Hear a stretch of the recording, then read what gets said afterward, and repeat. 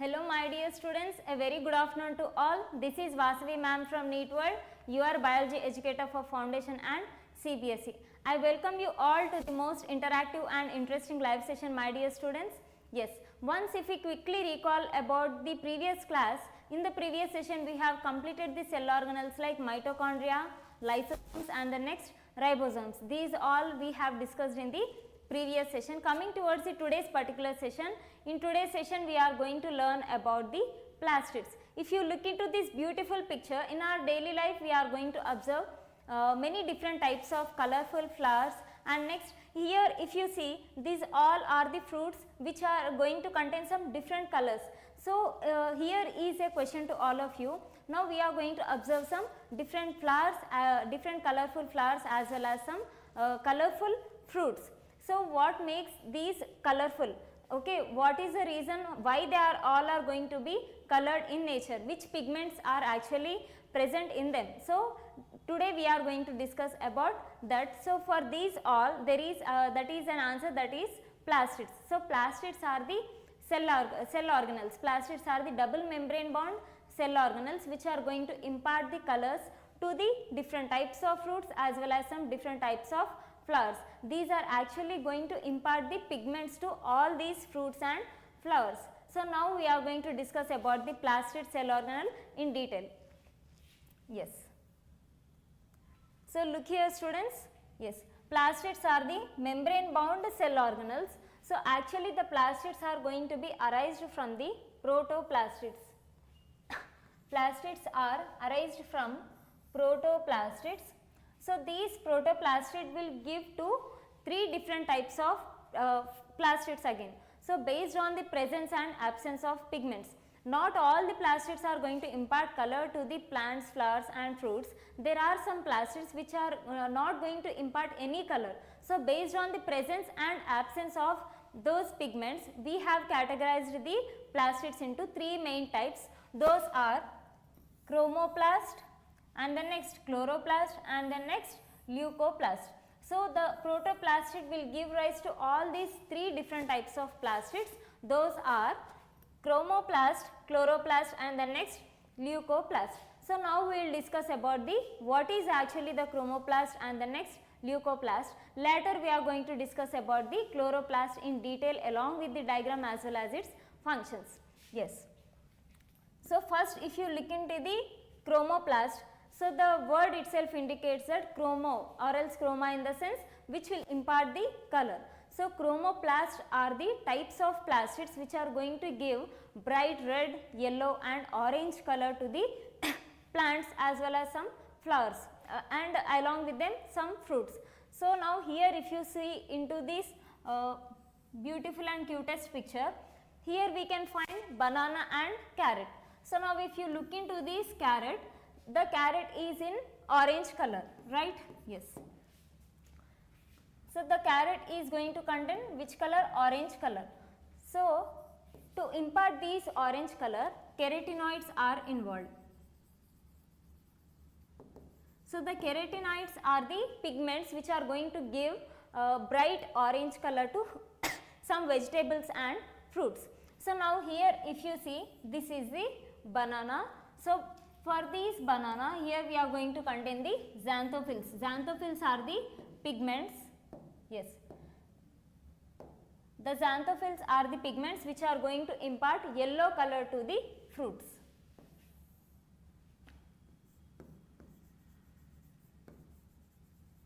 Xanthophylls. Yes. Clear children?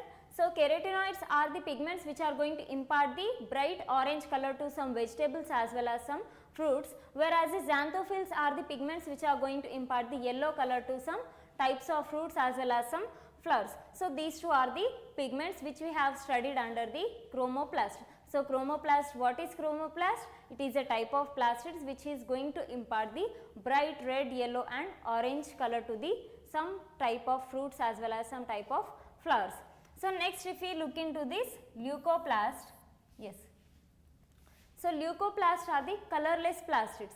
Leucoplasts are colorless plastids. So again these leucoplasts are again subdivided into three types based on the presence of food material they have been stored. Okay, based on the stored food materials, they are again divided into three main types. Those are amyloplast, eleoplast and the next proteinoplast. So now if you look into this amyloplast, the amyloplast is a type of leucoplast which is going to store the food in the form of carbohydrates. And then next eleoplast are the type of leucoplast. Okay, eleoplast is a type of plastid which is going to store the food like lipids.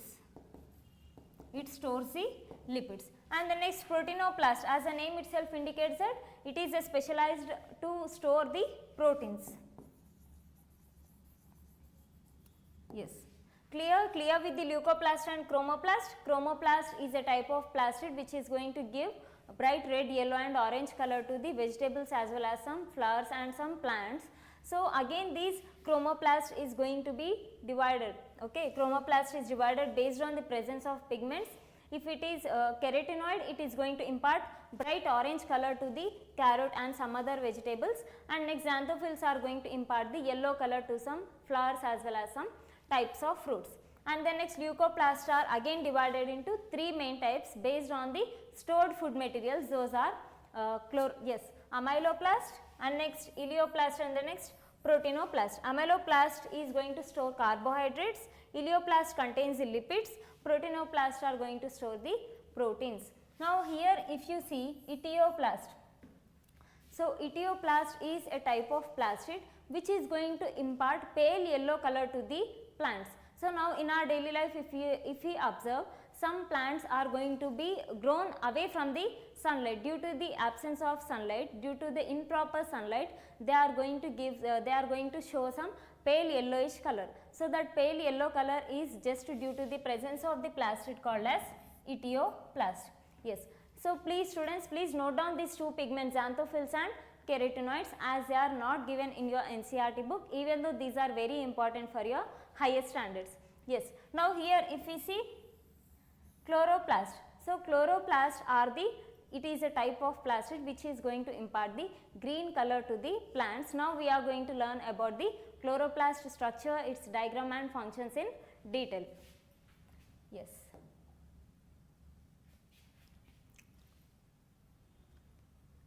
See, look into this beautiful picture, it is a chloroplast. So this is a chloroplast which we can also call it as kitchen house of the cell. It is called as the kitchen of the cell. Why we are calling it as kitchen of the cell? These are all some interesting facts to remember the cell organelles, my dear students. Yes, brain of the cell is called as the nucleus, and the next suicidal bag is called as lysosome, and powerhouse of the cell is called as mitochondria. Whereas coming towards the chloroplast, it is called as the kitchen of the cell. Yes, why we are going to call it as in that name? Now we are going to study it in detail. Yes. See here, this is the chloroplast structure. It is also a double membrane bound cell organelle, same as mitochondria.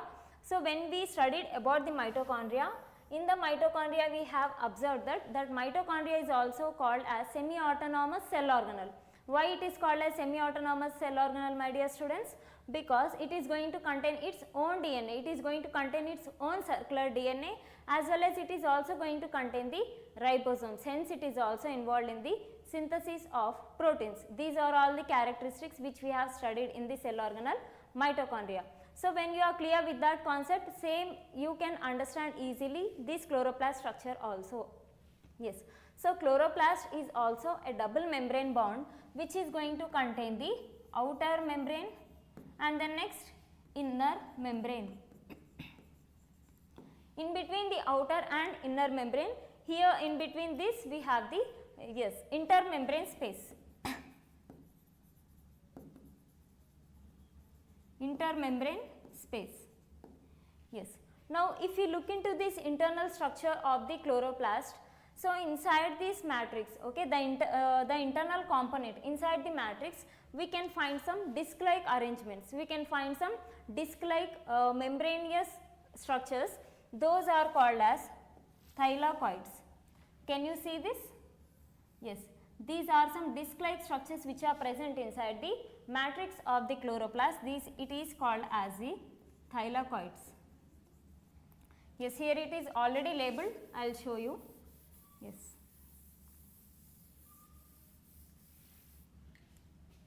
Yes, can you see here? This is the intermembrane space which is going to be present in between the outer and inner membrane. We have the intermembrane space, and inside the chloroplast there is a matrix, and inside the matrix we have flat membrane bound disc like structures. Those are called as the thylakoids. Clear? Yes. And when these membrane bound, when these flat disc like structures, that is nothing but when these thylakoids are going to be arranged one on the other, okay, these thylakoids are going to be arranged in the stacks like coins. So when they are going to be arranged one on the other, then we are going to call it as granum. Can you see all these membrane bound stacks like structures which are arranged one on the other? Yes, these are some group of thylakoids. Okay, see these all together called as granum. Okay, yes, the thylakoids are the flat membrane bound disc like structures. So when each thylakoid is going to be arranged one on the other in the form of a stacks like coins, then it is called as granum. Yes, again if you see here, the fluid filled substance which is present inside the chloroplast is called as stroma. It is a colorless fluid which is present inside this particular cell organelle. And same as the mitochondria, this chloroplast is also going to contain its own circular DNA. Can you see here? Yes. See my dear students, while you are learning all these cell organelles, you have to learn, and you have to learn each and every cell organelle by comparing it with the previous ones. So by that it becomes easy to understand you whether that particular cell organelle is going to contain a single membrane bond or else a double membrane bond. So it becomes easy when you are going to learn by comparing with other cell organelles. Yes, same as that mitochondria, how it is going to contain the circular DNA, same this chloroplast is also going to contain its own genetic material in the form of circular DNA, and it is also going to contain the, yes, here can you see this is the circular chloroplast DNA, and then next it is also going to contain the ribosomes. Can you see these granular red colored structures? These are called as the ribosomes. So when these ribosomes are going to be present, hence it is also called as, these are also involved in the synthesis of proteins. And if you observe in the prokaryotic cells, that ribosomes are going to be float freely in the cytoplasm. Same as in the eukaryotic cells also, they are in some cell organelles like chloroplast, they are also going to be floating freely in the cytoplasm. But when it comes to some typical cell organelle like endoplasmic reticulum, they are going to be attached to that particular cell organelle. There we have called it as the rough endoplasmic reticulum. Yes. Clear? Yes. So now in these chloroplast, each thylakoid is going to contain the chlorophyll pigment. Chlorophyll pigment is going to be present, and these thylakoids, the group of thylakoids along with the grana are involved in the function called as the light reaction. Light reactions are always going to take place in the granum of the thylakoid, and the dark reactions are going to take place in the stroma of the chloroplast. Clear with the concept? Yes. And here if you observe these each thylakoid, one thylakoid is going to be connected to the other thylakoid by a flat interconnecting membranous structure that is called as lamellae. Yes, each thylakoid is going to be connected to the another thylakoid with the help of a membrane connecting link like structure that is called as the lamellae. Why we are calling it as a lamellae? As because it is also a membrane. Okay, it is also a membrane which is going to connect the two thylakoids, and it runs in between the stroma of the chloroplast. What is stroma? It is a jelly like fluid substance which is present in the chloroplast, where the dark reactions are going to be taken place, and in the thylakoid, that thylakoid is going to contain a pigment called as a chlorophyll, where it is going to perform the light reactions. Yes. Yes, clear with all the structure, clear with the yes, clear with these all labeling parts. See, this is the chloroplast structure. It is also a double membrane bound cell organelle. It contains the outer membrane as well as the inner membrane, and in between these we have the intermembrane space. Same as mitochondria, it is also called as the semi-autonomous cell organelle, as it is going to contain its own ribosomes and own circular genetic material, that is called as DNA. Hence, we are giving the name as a semi-autonomous cell organelle. And when we look into these internal structures, it is going to contain the flat disc-like membrane bound structures. Those are called as the thylakoids, and each thylakoid is going to be connected to the another thylakoid with the help of a lamellae, and the fluid filled substance which is present inside the chloroplast is called as lumen. Yes, and next, when each thylakoid is arranged one on the other like a some group or else some stacks like coins, then it is called as the granum. This thylakoid is going to contain a pigment called as the chlorophyll, which is going to impart the green color to the plants, and the light reactions are always going to be taken place in the thylakoid and the next dark reactions are going to take place in the stroma of the chloroplast. This is all about the chloroplast cell organelle. Yes, now we are going to we are calling that particular cell organelle chloroplast as a kitchen of the cell, because it is involved in the process of photosynthesis. It is going to capture the energy from the light source, that is nothing but it is going to capture the energy from the sunlight, and then next it is going to store the food material in the form of the glucose. And this is one more extra information, my dear students. The cell wall of the plants is made up of cellulose. Yes. Now we are going to look into the vacuoles.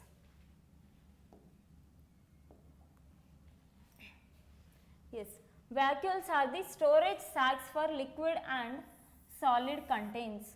Yes, this is a vacuole, and the vacuole is surrounded by a single membrane called as tonoplast. It is not a double membrane bound cell organelles. It is a single membrane bound cell organelle. That single membrane is called as tonoplast. It is very important for the multiple choice question type. Okay, and this is called as the tonoplast. We are calling this vacuole. Okay, inside the vacuole there is a fluid filled substance called as sap. The fluid filled matrix or else the fluid filled substance, whatever we can see in these vacuoles, is called as the cell sap. We are calling it as sap because the sap is made up of, see, the cell sap contains sugars, amino acids, proteins, and along with it some type of minerals and the next metabolic waste. So, the sap is simply composed of a fluid filled liquid material along with some minerals and the next proteins, amino acids, and along with it some metabolic waste materials. And the central vacuole may occupy 50 to 90% of the cell volume. What does it means? Yes, inside the cell we have the cytoplasm, and inside the plant cell the major portion of the cell, the major part of the cell is entirely covered with vacuole. It is up to 50 to 90%. So, if suppose if this is a plant cell, inside this plant cell up to 90% of this plant cell volume is going to be occupied by the cell organelle called as vacuole. Yes. So, if you see, when compared to the cytoplasm, the vacuole is only going to be occupy the major portion inside the plant cell. Yes.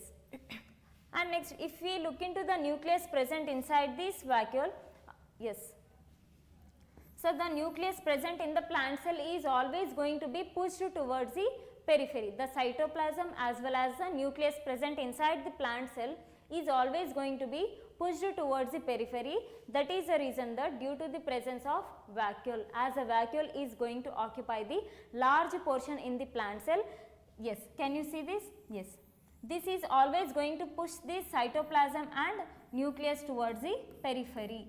Periphery in the sense they all are going to be located towards one side due to the presence of vacuole. And the vacuole is a single membrane bond, that is called as the tonoplast, which you can expect this tonoplast membrane, this tonoplast name.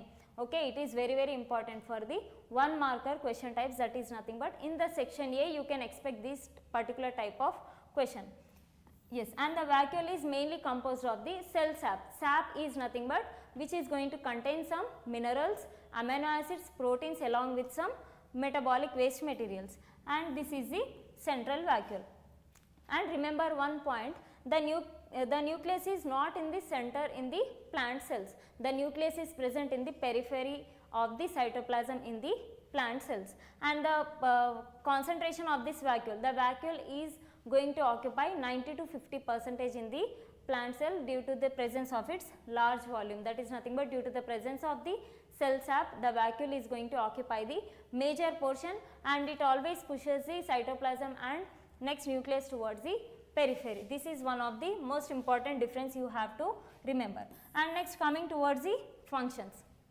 Yes, as we have discussed in brief, now you have to tell me its functions, my dear students. Yes, it is actually meant for storage of food, water and other substance along with some excretory or else along with some metabolic waste. And next, it is going to help in osmoregulation. That is nothing but it is going to maintain the concentration of these inside the cell. Okay, it is going to maintain the water balance inside the cell along with the cytoplasm. And then next, it is going to help in growth of plants by increasing in size. It is nothing but if there is a large vacuole, then it is going to give some extra size to the plants. Okay, due to the presence of this vacuole, it is going to, as this vacuole is going to increase, the minute parts of the plants like leaves or stems are also going to be increased. These are the most important functions you all need to remember. And the vacuole is made up of a single membrane called as tonoplast. Yes. And we have generally 3 different types of vacuoles, my dear students. Yes, we have 3 different types of vacuoles. One is food vacuole. Yes, food vacuole. And the next, sap vacuole. Yes, third one I am writing here, just please note it down. Next, contractile vacuole. And then next, last one is air vacuoles or gas vacuoles. Yes, food vacuoles, where we can observe this presence of food vacuoles in the amoeba. See here, this is an example. Here is a food material. We have also studied about it in brief in the phagocytosis. That is nothing but in the transport, in the bulk transport mechanisms, we have also studied about the exocytosis and endocytosis. Once if you quickly recall the previous class, then it becomes easy for all of you, my dear students. Yes, this is the presence of food and this plasma membrane, that is nothing but the membrane of this amoeba. It is going to invaginate the food this particular food, and the next it is going to excrete, and the next it is going to send it into the cytoplasm. This is called as food vacuole. Okay, food vacuoles are going to be formed in some organisms, in some unicellular organisms like amoeba. It is going to invaginate the food particles, and next it is going to cover it. Later the food, that particular food is going to be covered with the vacuole, and the next later that food vacuole will fuse with the lysosomes. Okay, lysosomes will digest all these food particles, and the undigested food material is going to be sent out by the process of exocytosis. Yes, and next, sap vacuole. Just now we have studied sap vacuole in the sense the vacuole which is going to store the some minerals along with some amino acids, waste materials as well as some proteins. Yes, contractile vacuoles are the types of vacuoles which are involved in excretion of the waste materials. And the next, coming towards the air vacuoles or gas vacuoles. These we can observe in some bacteria. I have already given you the most important example also. So, in some bacteria, if you observe in some lake ecosystems or else in some water, okay, there some bacteria are going to be float on the surface of the water. So, that reason, okay, what is the main reason for that bacteria to float on the surface of the water? The answer is gas vacuoles. Clear? So, gas vacuoles are present in some bacteria which will help the bacteria to float on the surface of the water and some depth of the water. Okay? Yes. And next one is contractile vacuoles. Yes, air vacuoles are also called as the gas vacuoles. This particular floating nature of the bacteria on the surface of water is called as the buoyancy. Buoyancy in the sense which will help to float. Okay, due to the presence of gas vacuoles only some bacterial cells are going to remain float on the surface of the water. These are 4 different types of vacuoles. Food vacuole we can observe in this amoeba as well as in some paramecium. Okay, if you remember this amoeba, it becomes easy because as already we have studied about it in the phagocytosis, and in some paramecium also food vacuoles are going to be formed. Yes, and next sap vacuoles contains minerals plus amino acids along with its metabolic waste materials. Gas vacuoles we can see in the bacteria, and next contractile vacuoles we can observe in some many organisms like protozoans only. They are meant for excretion of some waste materials. Now if I ask you a question that some plants are generally green in color, all the plants are maximum they are green in color due to the presence of the pigment called as chlorophyll, okay, and it contains the cell organelle called as chloroplast. But there are some bacterial cells which are also going to impart the color, okay. That bacteria are actually not going to contain the chloroplast, but some bacteria are also going to contain the chromatophores. Chromatophores which will impart color to the bacteria. It is also one of the just interesting fact to remember, students. Yes, chromatophores will impart the bacteria color to the bacteria, and gas vacuoles will help the bacteria to float on the surface of the water. Yes. And next coming towards the cell inclusions. Cell inclusions are the non-living substances which are present in the cytoplasm of the cell. The cell inclusions are the non-living substances which are going to be present freely in the cytoplasm like granules. Can you see these purple colored structures? Yes, these are just non-living substances. Non-living in the sense they may be of any type. Okay, now we will discuss about it in detail. Yes, cell inclusions are the non-living materials which are present freely in the cytoplasm. So here if we see how they are going to be formed, these are generally formed by the metabolic byproducts. These are generally formed by some waste materials, okay, and secretions, next excretions and some inorganic crystals. These cell inclusions are generally the byproducts of some cells, okay. Inside the cytoplasm there are some different types of inorganic substances and some metabolic waste materials, some excretions, secretions. These all are going to form some granular and crystal like structures. Those are called as cell inclusions, and it functions by the formation of new proteins and clears the waste materials. So the main different types of cell inclusions are glycogens, lipids and some pigments and crystals which are present in the cells. So the glycogen is the storage of glucose in the liver and muscle cells. So these glycogen, lipids, these all are what? These are all some substances which are present in the form of the byproducts in the particular cell. This is also important, but just if you remember this one function, it will be enough for your examination. So cell organelles, that is nothing but cell inclusions are generally formed by the presence, okay, these are generally formed by metabolic waste products and some secretions. Yes. So now here comes the most important differences in between the plant cell and animal cell. As we have completed with all the cell organelle structures, now you have to answer what are going to form the major differences in between the plant cells and animal cells. Okay, just now we have learned about each and every cell organelle. We have completed all the cell organelles, my dear students. So once if you observe them clearly and once if you study, you can answer it clearly by looking into the diagram. Yes. So first the major difference in between the plant cells and animal cells is, so what we have said that the cell wall present in the plants is made up of cellulose. Can you see the cell wall in the animal cells? No. So the cell wall is absent, cell wall is completely absent in the animal cells, and the next cell wall is present in the plant cells and it is made up of cellulose. And next if you observe, the nucleus is, yes, this is a nucleus. The nucleus is present at the periphery in the plant cells, and if you observe the nucleus present inside the animal cells, it is at the center of the cytoplasm. This is also one of the most major important difference you all have to remember.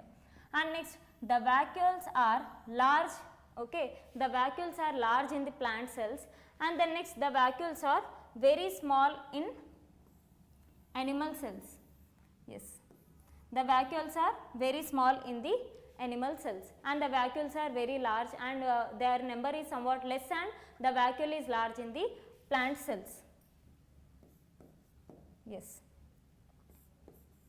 and the chloroplast is present only in the plant cells, whereas the chloroplast is absent in the animal cells. These are only the major differences you all have to remember. So, please make these diagrams. Okay, these diagrams are very important.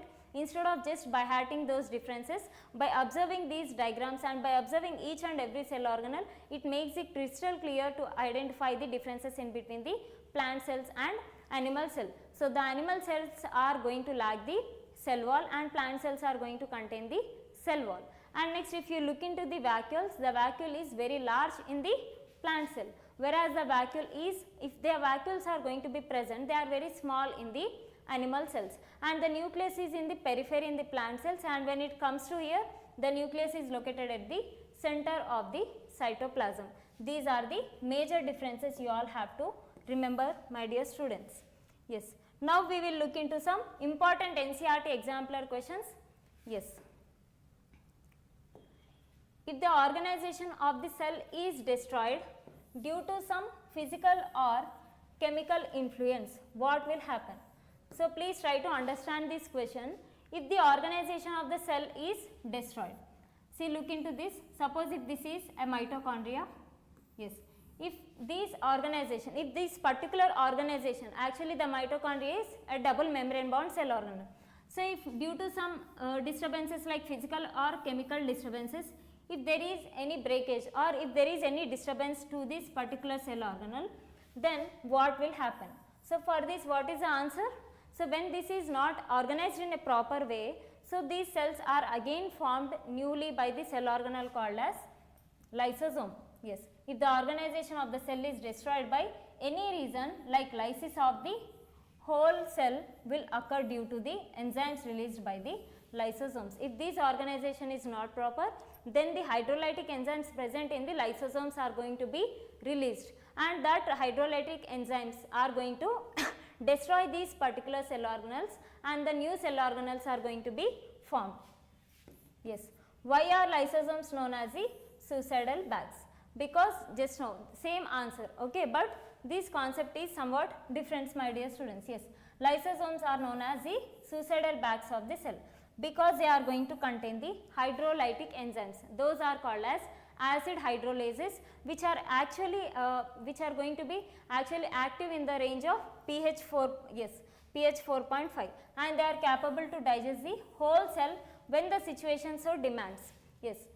If the cell is not organized in a proper way, that hydrolytic enzymes are going to destroy the cell, and then next it is going to digest the cell, and the next new cell organelles are going to be formed. These are two most important NCERT questions which you can expect in the examination point of view. Yes. And here comes the most interesting information to all of you, my dear students. Yes, in our institute Neet World, your step 2 medicine, and here we are going to conduct the foundation courses. Foundation summer camp is going to be started, and this foundation summer camp is for 15 days, and all the students from 6th, 7th, 8th, 9th and 10th can attend these summer camp courses. Yes, in that particular 15 days, first 10 days we are going to cover all the basic concepts, and the next 2 days we are going to perform some activities based on that basic concepts itself, and next remaining 3 days, one day we are going to conduct the quiz based on that basic concepts, and next remaining 2 days we are going to conduct the self assessment test, and next we are also going to conduct the career guidance and some motivation sessions with some experienced and expert faculties. The Neet World Institute is located in the Narayanguda, Hyderabad, and you can contact to this number for the more details. So, please do not try to miss this opportunity, my dear students. I request all to attend this particular summer camp and build a strong foundation course by joining the Neet World Institute. So, yes. So, the chapter Cell the Fundamental Unit of Life has been ended, and we have covered all the cell organelles. So, I just request all the students to quickly revise each and every cell organelle as well as its functions and diagrams, as this chapter is going to contain the major weightage which includes 20 to 50% of the weightage. This is all about the first chapter. In the next upcoming live session, we are going to discuss about the next chapter and interesting chapter, that is the animal tissues. Please stay tuned and like, share and subscribe to Neet World. Thank you.